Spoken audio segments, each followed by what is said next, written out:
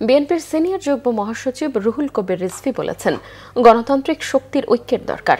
দেশের বৃহত্তর স্বার্থে রাজনৈতিক দলগুলোকে এক কাতারে আসতে হবে।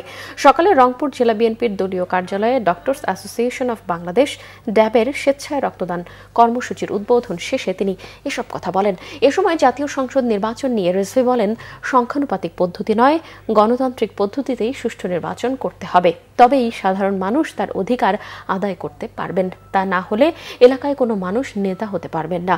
আনুপাতিক ভোটে দলকে ভোট দেবেন, দল বেছে বেছে লোক ঘোষণা করবে। এতে স্বৈরশাসনের দিকে যাবে দেশ, আশঙ্কা বিএনপির এই নেতার। স্থানীয় পর্যায়ে কেউ আর নিজেদেরকে গড়ে তুলে একটা ক্যারিয়ার তৈরি করবে, সেটি তো করতে পারবে না।